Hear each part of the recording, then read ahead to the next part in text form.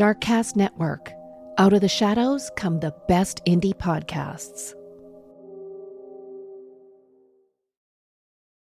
Hey everyone, welcome to True Crime California. I'm your host Cindy, and I'm glad you're here.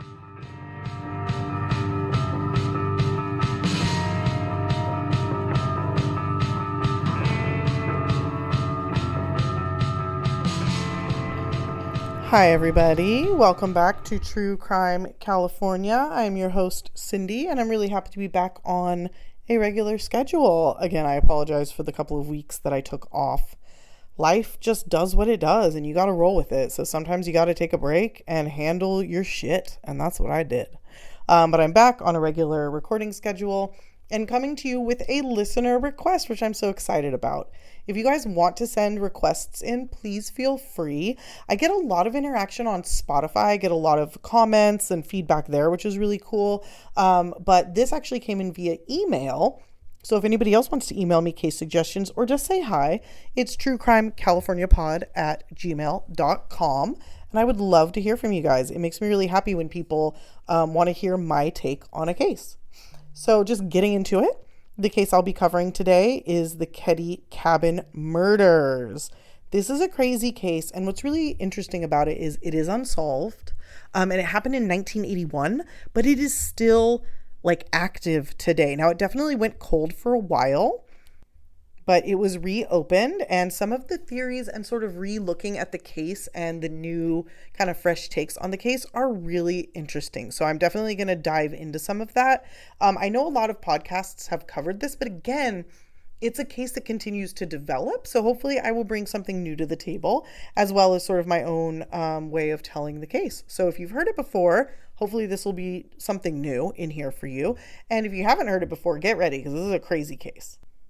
So once again, this is the case of the Keddie Cabin murders. This is an unsolved quadruple homicide with quite a few, not different theories, because the suspects have been the same people basically forever. There's some new information that I'll talk about towards the end, but it's not really that there's different theories as to who did it, but there's different theories as to why it was done and as to why it has remained unsolved. So it's pretty interesting to sort of talk these through, because I would say for sure in the beginning, it's very frustrating. This case is very frustrating, and it is deeply unsatisfying on some levels, but it's also very interesting because there's definitely some new stuff that's come to light that I'm really hoping I will have an update in the coming weeks, months, hopefully not years, about where this case sort of ends up. So anyway, this takes place in Keddie, California, which is a census designated place, meaning it's not even large enough to be a city or even a town. It's just an area with people and a name. So they don't have their own school system necessarily. I don't think they do. They don't have necessarily they probably have a gas station, but they don't really have schools. They don't have grocery stores. They're going to go to nearby towns to get their supplies, to get their resources. It's very rural in Keddie. And this is actually pretty normal. I know people think of California as this super populated state, and it is in certain areas, but there's a ton of farmland, farm towns. There's a ton of rural areas where people live pretty removed from others. California is a big state and there's a lot going on here. So this is not an unheard of kind of thing. There's a lot of places like Keddie, and we also have a lot of ghost towns that used to be like Keddie. Sorry if you heard my messenger go off there. I am having the most active social life right now because I'm trying to record, and all day things have been quiet and now people won't leave me alone. So if you hear some background noise, I apologize. In any case, so Keddie is in northeastern California, very north and very east, near the border of Nevada. So again, very removed, very remote, very small community. And like I said, this takes place in 1981, specifically on April 11th and 12th. However, the story actually begins 2 years prior to that, in July of 1979, when Glenna Sue Sharp and her 5 children left Connecticut and Sue's allegedly abusive husband and came out to live in California. I'm going to give you the names of Sue's children as well as their ages at the time of the murders, because I think that's the more important thing to know. So we had 15-year-old John, he was the eldest, 13-year-old Sheila, 11-year-old Tina, 10-year-old Rick, and 5-year-old Greg. So for Sue and 5 young children, This is quite a move. To move completely across the country is pretty wild, but there was a reason for it. And that reason was that Sue's brother lived in nearby Quincy, California. Now, Quincy would be the city that anybody living in Keddie would go to for resources, for schooling, all of that. And in fact, when Sue first moved out to California, she stayed in Quincy for a time before finding a larger place out in Keddie, at which point the family moved into a cabin at the Keddie Cabin Resort. Now, I find this particularly interesting because the cabins, I believe, were originally intended as vacation rentals, but there were quite a few families living there at the time. So I think that maybe, whoever built the cabins was hoping that Keddie would be kind of like a resort town, but it didn't really pan out. There are lakes nearby, there's mountains, there's a lot of outdoor stuff to do, but I don't think enough that it was like a destination. It's not like Lake Tahoe or something, right? So I think they sort of changed their tactic and started allowing long-term rentals. And so a lot of families that didn't have a lot of money were living in these cabins because they were spacious enough to have their kids there. They were close to a city, but they were much cheaper than actually living in the city. So Sue moved here as she didn't have a lot of money, like I said, and with 5 kids needed the most cost-effective housing she could find that also fit all of them. This cabin that they moved into was a 2-bedroom, 4-room house. It looks like it was 2 stories, but perhaps not. And definitely more room than the apartment they'd been living in Quincy. Sue's ex-husband did not contribute to the family financially at all, which is super cool of him. But Sue was making it work with the $250 per month she got from the Navy, as her ex was in the Navy. So she got those benefits whether he liked it or not. She also got food stamps, worked part-time at the Quincy Elks Lodge, and signed up for school, which apparently paid a small stipend, which is great, but I don't think how things are now, sadly. So while the family wasn't rich, they were doing okay, and Sue made it work for herself and for the kids. Things progressed this way for a while, and everything was fine, but that all changed in 1981.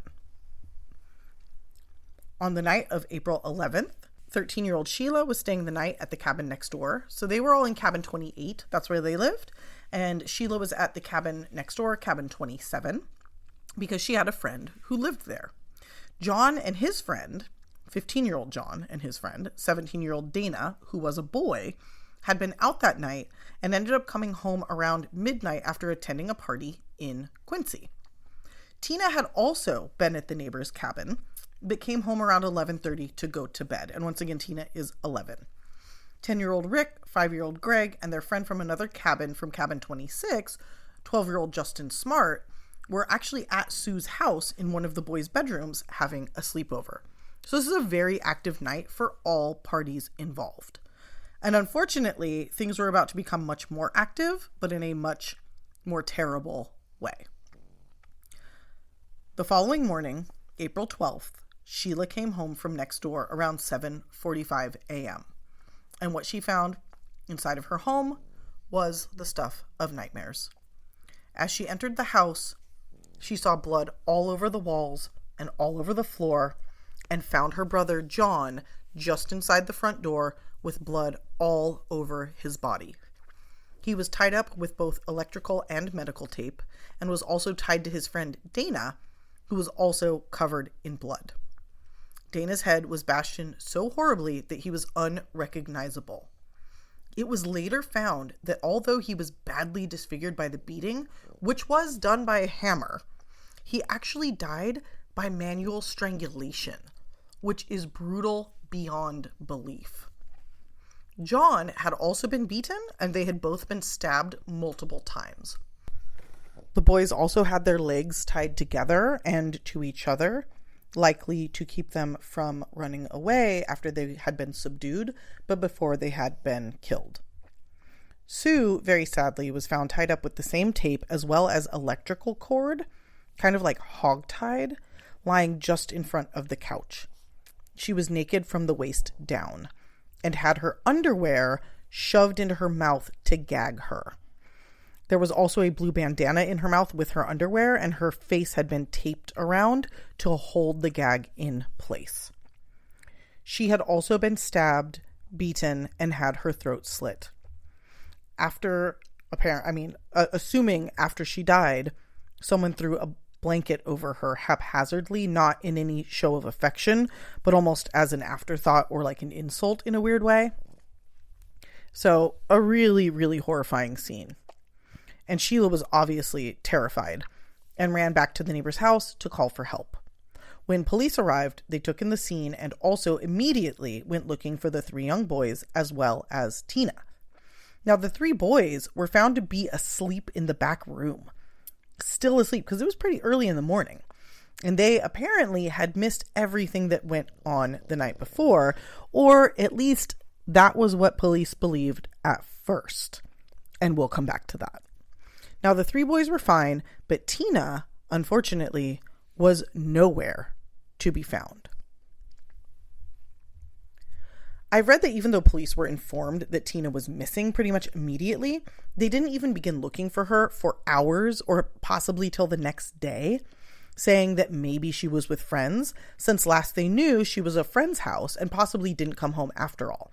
The last known sighting of her wasn't in the house, but it was at the friend's house. So maybe she didn't go home. Maybe she got in a friend's car and drove away, whatever. Seems really fucking stupid considering the situation. But in any case, this entire case was mishandled. And one of the theories we'll talk about sort of explains why, but again, we'll get there. But so this was really frustrating because Tina was missing and nobody was looking for her at first.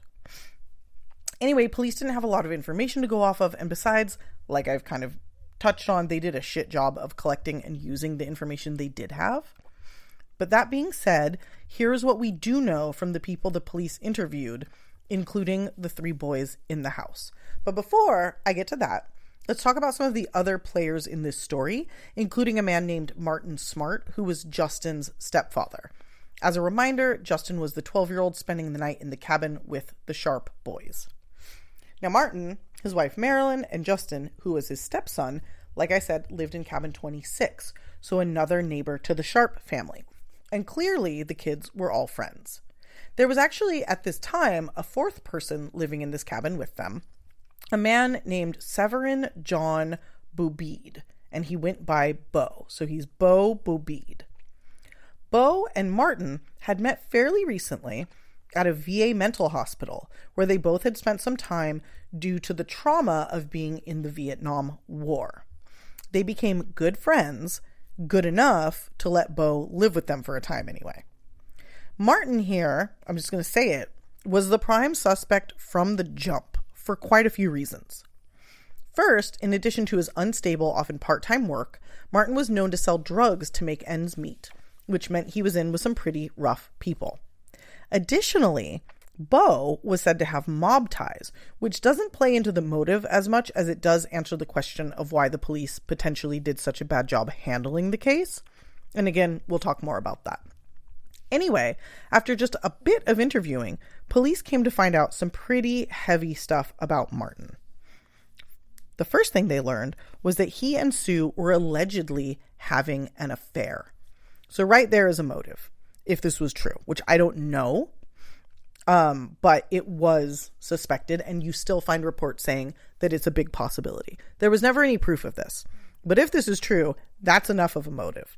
But as it turns out, Sue was also friends with Marilyn, Martin's wife, and had been encouraging her to leave Martin, which is, if the cheating is true, like if they were having an affair, that seems really shady of Sue. But it was said that she was not encouraging Martin or Marilyn to leave Martin because she wanted to be with him.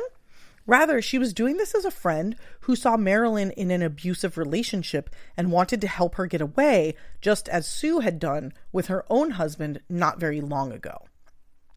Apparently, Martin was physically abusive to Marilyn. At least, again, that's the rumor. This is an old case, so some of the things aren't as for sure as they used to be. But considering all of his activity, PTSD, drug dealing, etc., I'm not opposed to believing that that is true. In fact, and this is really fucking crazy, Marilyn finally left Martin the same day the murders took place. So that's a pretty strong motive right there, right? Also, again, not fully mentally stable, seemingly violent, so it wouldn't be a huge jump for him to snap and murder Sue in retaliation for convincing Marilyn to leave. Obviously, this is all circumstantial, of course, but it's pretty strong circumstantial evidence in my opinion. But again, we'll get there. From the beginning, police believed there was more than one attacker, considering that whoever did this was able to tie up 2 strong young boys as well as an adult woman and potentially also kidnap a young girl, because at this point, they've realized Tina is in fact missing. That's a lot for one person to do. Like any one person, that would be really hard. And at the crime scene, police found a hammer and 2 knives, one of which was used with such force it had bent in half, which is horrible. Conveniently, Martin just happened to mention while he was being interviewed that a hammer, and only a hammer, had been stolen from his house at some point just before the murders. Now, this seems very suspicious, but the weird thing is that the hammer he described was not the one found at the scene. But the fact that he mentioned it at all is still pretty suspicious and very, very convenient, considering the beatings took place with a hammer. Now, as for the boys in the cabin, they were all interviewed, and at first they all said the same thing, that they had slept through the entire ordeal. However, after a little more questioning, Justin Smart, who remember is Martin Smart's stepson, said he remembered having, quote, a dream about the murders. Now, according to him, in this dream, they were on a boat, but beyond that, most of what he described matched the actual crime scene almost exactly. He said there were 2 men on the boat, that they attacked Sue, that John and Dana appeared on the boat during the attack and were ambushed, and that after they were all either incapacitated or dead, that Tina came out of one of the cabins on the boat holding a blanket and asked what was going on, at which point she was then taken away and potentially pushed off the side of the boat. In essence, that's his dream, and that was very, very interesting to police, as you can imagine. Justin was then put under hypnosis because obviously police believe he knows something and he just doesn't want to say it, which would make sense because the main suspect is his stepfather. So he's either scared or loyal. Who knows? He's 12, So again, he was put under hypnosis and asked about the murders. And this time he said he saw what happened. He was able to describe the 2 men who were in the house to the point where police made a sketch. He was also able to describe the timeline of the murders, essentially saying the same thing he had in the dream, but with more clarity. 2 men were in the house with Sue, had already attacked her, and then the boys came home.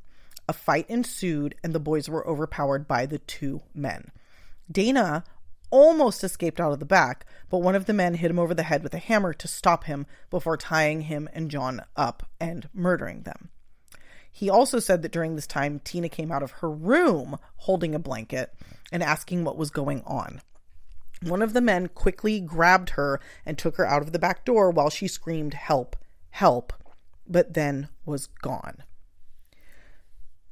Justin said after this happened, he was standing in the doorway and he didn't think anybody saw him, so he closed the door, put the covers over his head, and fell back asleep after about an hour of trying.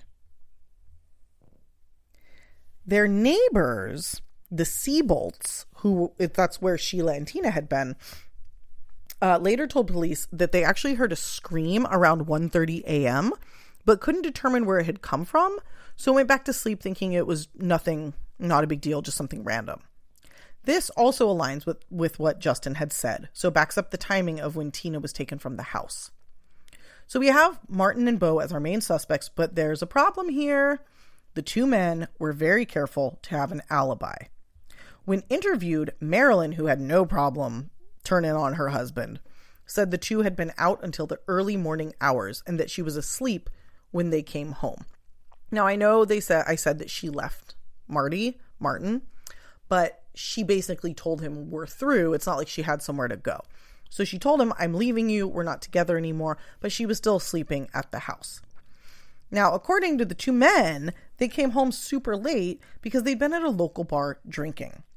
When interviewed, some of the bar patrons said that they were in fact there, at least for a time, And the patrons said they all remember this because the men came in wearing 3-piece suits, which is very out of place for a dive bar.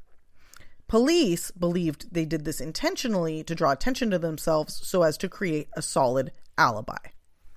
According to patrons, the men apparently did leave at some point, saying they were leaving because the music was being changed from country to rock music on the jukebox, which I guess was a big problem for them. That being said, this was enough of an alibi to throw doubt on the case against the men. And further, Martin took a polygraph and I guess he passed. So as far as the police were concerned, this cleared him of being a suspect, which is ridiculous. And I think now is a good time to note that Martin and the then sheriff were very good friends at this time.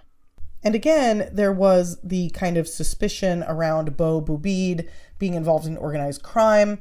And in fact, his father was one of the head guys in a Chicago crime family. So there's a lot of kind of shady dealings going on here. In fact, at first, people believed that Beau was staying with the Smarts because he was down on his luck.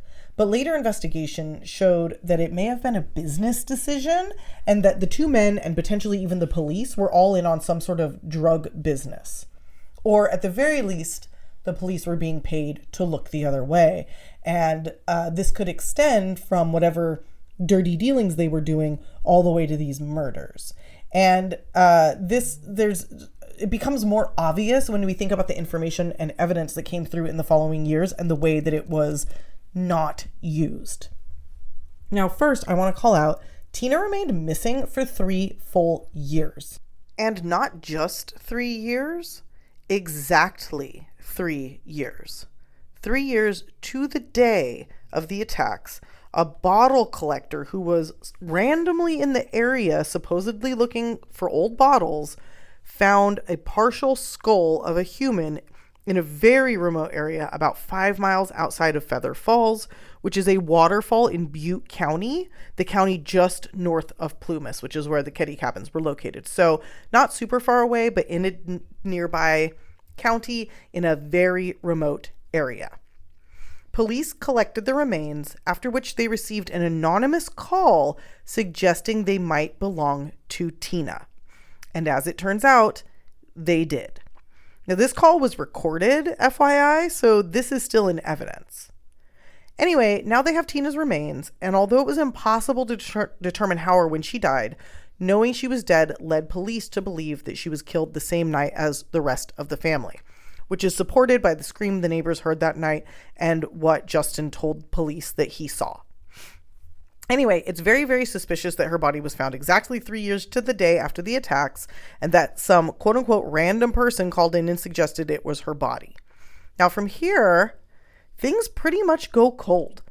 And they do so despite the fact that there is more evidence, circumstantial but evidence, pointing to these two men having done this. First, Marilyn gave police a letter Marty wrote to her just after the murders. Now, he wrote this letter from Oregon, where he had disappeared to just after the murders, which is also very suspicious.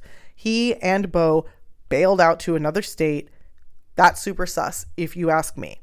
What's even more sus is that this is what he wrote in part in his letter. Quote, "I've paid the price of your love, and now that I've bought it with 4 people's lives, you tell me we are through. Great. What else do you want?"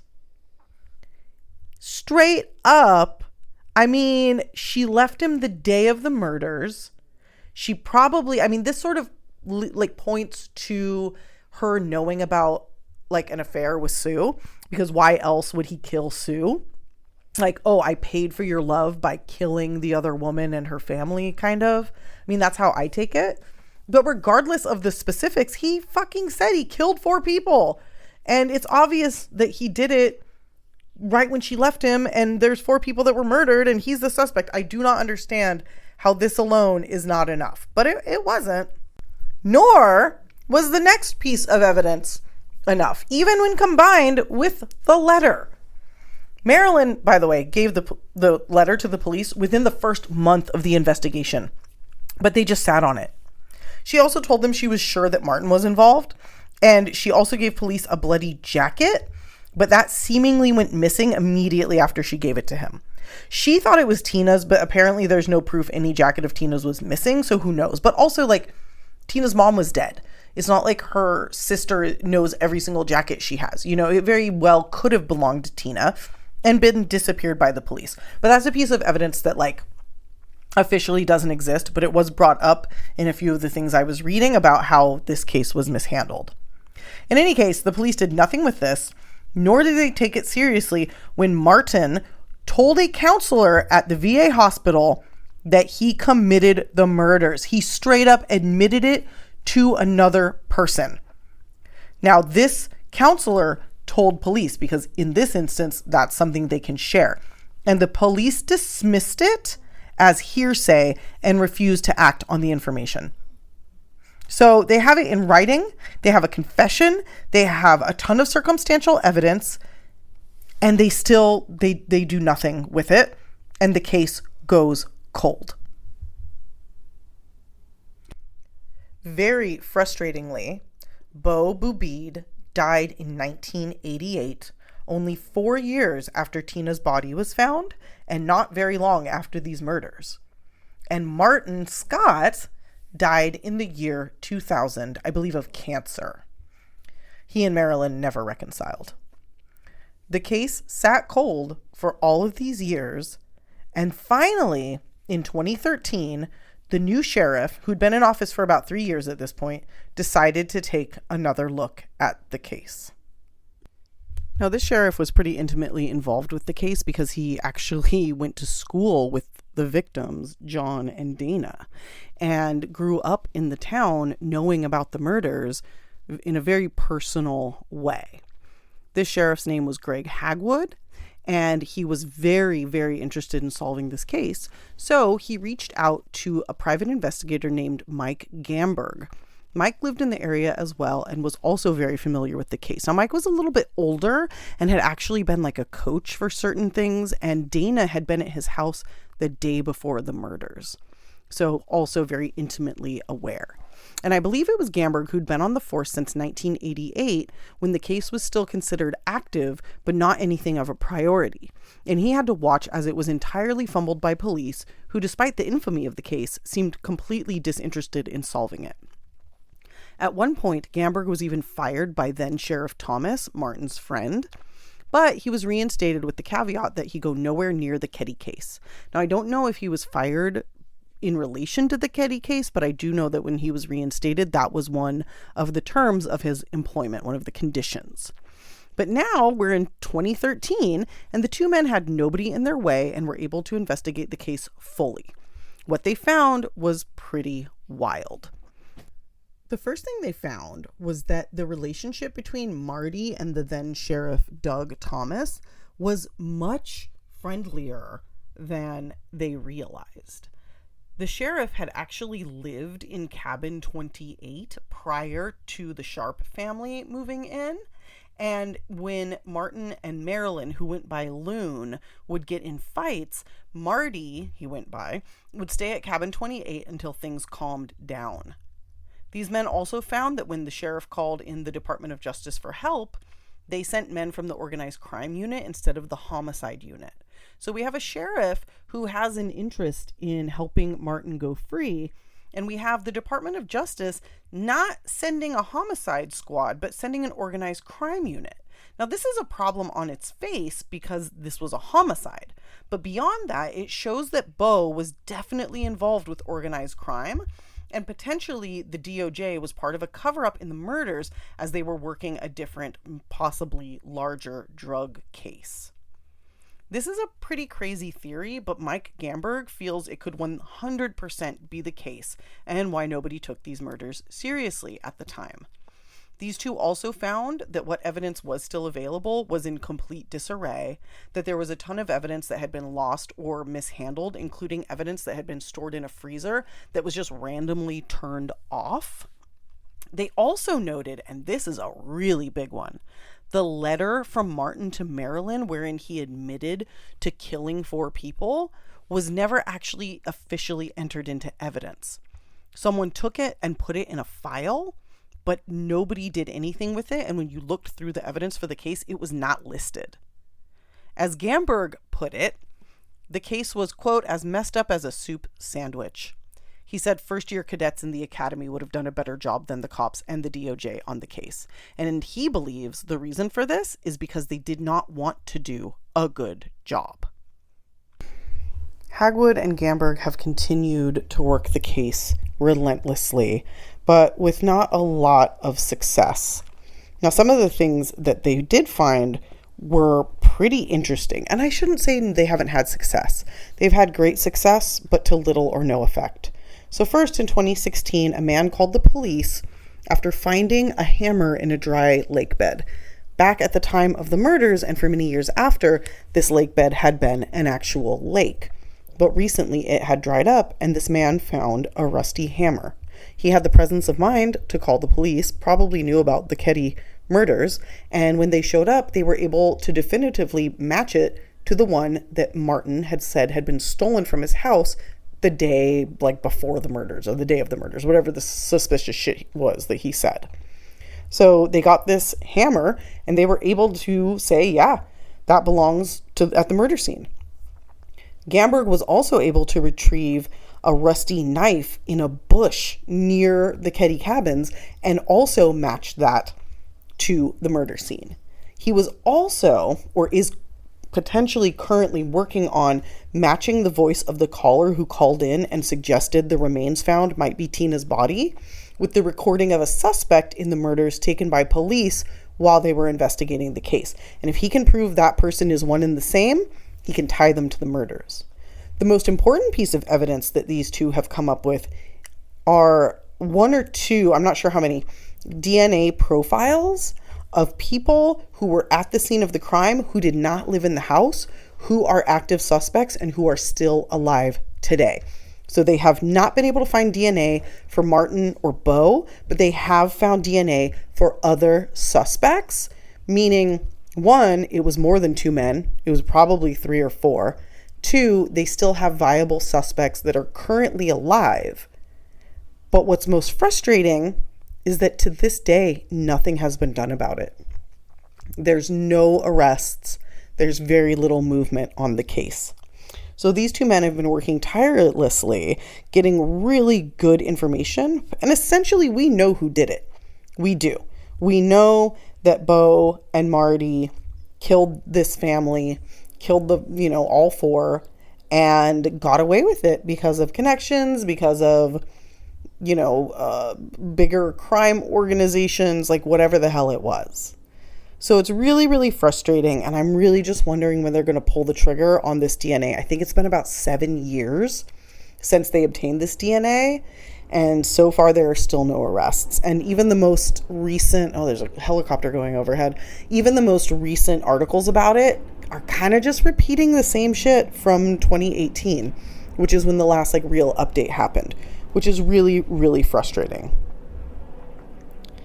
Now, we've kind of covered all of the information. We've covered potential motives. And I want to now talk about another person's take on all of this. Now, this person goes by DMAC, and they own the website Keddie28.com. Now, this is something of an amalgamation of a lot of theories and people who have come together with their thoughts on the case. So this person or these people have put together a case synopsis that's constructed from law enforcement case files, personal archives from some of the people involved in the original investigation, and a lot of individual original research conducted by the members of this website team. Their goal is to give the most truthful account of the murders that they can find and to call out the cover-up by the corrupt members of law enforcement. So even the cops who are working on this have said, yes, we think there's a cover-up. We think it had, this murder was happening. But their motive is essentially Marilyn was leaving Martin. He was mad at Sue for encouraging this, so he killed her. Bo was helping him do this. That's kind of a little bit of a weak motive. It doesn't make a lot of sense. I mean, it makes sense, but Why is Bo involved? Why are the cops covering it up? Because they're friends with Marty? Like, it's all kind of strange. So this take is wild, but it is definitely backed up by some of the evidence that has been discovered. So let's get into it. Beyond the people that I've discussed already, so we have like the Seabolts that live next door, we have the Smarts, and we have the Sharps. We also have Sheriff Thomas. There's another family, the Meeks family, and they all lived in that area as well. For whatever reason, however it happened, before Sue and the kids moved into the Keddie cabin, they knew a lot of the residents there, which actually may be how they came upon the cabin, because these residents, again, they would all go into Quincy for school, for supplies. So they all kind of met in the main town in the area. When Sue moved into the cabin, cabin 28, she moved with 4 of her children, not 5. And I want to say right now that I cannot independently verify the veracity of these claims, but I do believe that the people who have this website have gone to great lengths to ensure that what they are saying is true. And I do believe there are interviews out there with these family members that will verify at least some of the facts leading up to these conclusions. When Sue moved, according to this website, it was only with 4 of her children because Sheila, who was 13, had become pregnant and was sent up to Oregon to stay with family and have her baby, which Sue then put up for adoption before bringing Sheila back home. Sheila, in fact, had only been at the cabin for a few weeks before the murders took place. This may seem like not a big deal. Why am I telling you? I'm going to explain, don't worry. The reason this bit of information is important is because of the other people involved. Sheila did not become pregnant from immaculate conception. Now, I mentioned the Meeks family. So these were close friends of some of these other families, and they had a son named Richard. Sheila, for at least the following 40 years after the birth of the baby, has continued to say that Richard was the father of the baby. So this means Richard's mother, who was living in that house at that point, had an interest in this baby and would have been very upset that Sue decided to put it up for adoption without consulting with her, right? So now we've got a little bit of a problem here, maybe a little motive. Further, we know that Sue and Martin were having an affair. Now, everybody thinks that Sue and Marilyn were such good friends, and Sue convinced her to leave Martin, yada, yada. The other side of that is that Marilyn could have been very upset that Martin and Sue were having an affair, even though Marilyn was having an affair with Wade Meeks, who I believe was the father of Richard Meeks. So now Marilyn is having an affair with one of the Meeks. Sheila is supposedly having a baby with one of the Meeks, although many other people actually say that Dana was the father of Sheila's baby. So we've got a little love triangle there. We've got the older Meeks love triangle or love quadrant. So there's a lot going on. Beyond this, we have the fact, or supposed fact, that Sheila hated her mother and wanted out of the family. And we know that teenagers love to kill their families, or at least their parents. So that right there is a great motive. Sheila wants out. She's trying to get away. It's thought that perhaps the pregnancy and claiming it to be Richard's baby was because she knew the Meeks family loved her and would have taken her and the baby in. But unfortunately, because she was a minor, Sue was the one to decide what to happen and gave the baby away, which only further enraged Sheila, making her want her mother dead. Beyond this, the main instigator was likely Marilyn, who then attempted, after orchestrating the murders, to frame Martin. And this isn't something I found anywhere besides on this website, but this person says that Mike Gamberg agrees with him that Marilyn Smart was likely the key conspirator and an instigator of these murders, which was never really brought up previously, but it's really interesting to hear that. And it makes me wonder whose DNA they found in the cabin. So what this person says essentially is that there are multiple things at play here and that these murders were planned weeks in advance. The reason the date was chosen of April 11th or 12th was that it was spring break for many of the residents in the area, so there wouldn't be very many people home in the cabins, therefore not as many witnesses. So this was something that was actually planned by Marilyn, by Martin, by Beau, who apparently his last name isn't Bobide, it's Bobade. I didn't realize that, but I found a pronunciation. Anyway, it was planned by these people weeks in advance. And to be clear, it is thought that Sheila was a part of this plan as well. So it would have been basically Sheila, Marilyn, Martin, and Beau. I don't know if the Meeks had anything to do with it, but they definitely had some motive as well. It is said that Sheila was an important part of this plan and had actually it was planned that she would be home when this happened and that she would placate the young boys in the back room and potentially Tina as well while the murder of Sue took place. This was because Justin, who was Martin's stepson, was suddenly spending the night on the night that they had planned to do these murders. So rather than reschedule or change anything, they decided that Sheila would be there to sort of act as the mother while Sue was murdered. John and Dana were not meant to be home. They thought they'd be out all night. So that was another sort of collateral damage moment. Things that point to Sheila's involvement are that she spent the night somewhere else. This person claims that she chickened out, basically saying, she couldn't do it. She couldn't be there while the murders took place. But before she went over to the Seabolt's house to spend the night, which, by the way, this is the first time she ever spent the night there. She'd never spent the night there before, while Tina did all the time. Before she stayed, she went home and grabbed some blankets. And when she did this, she turned off the porch light.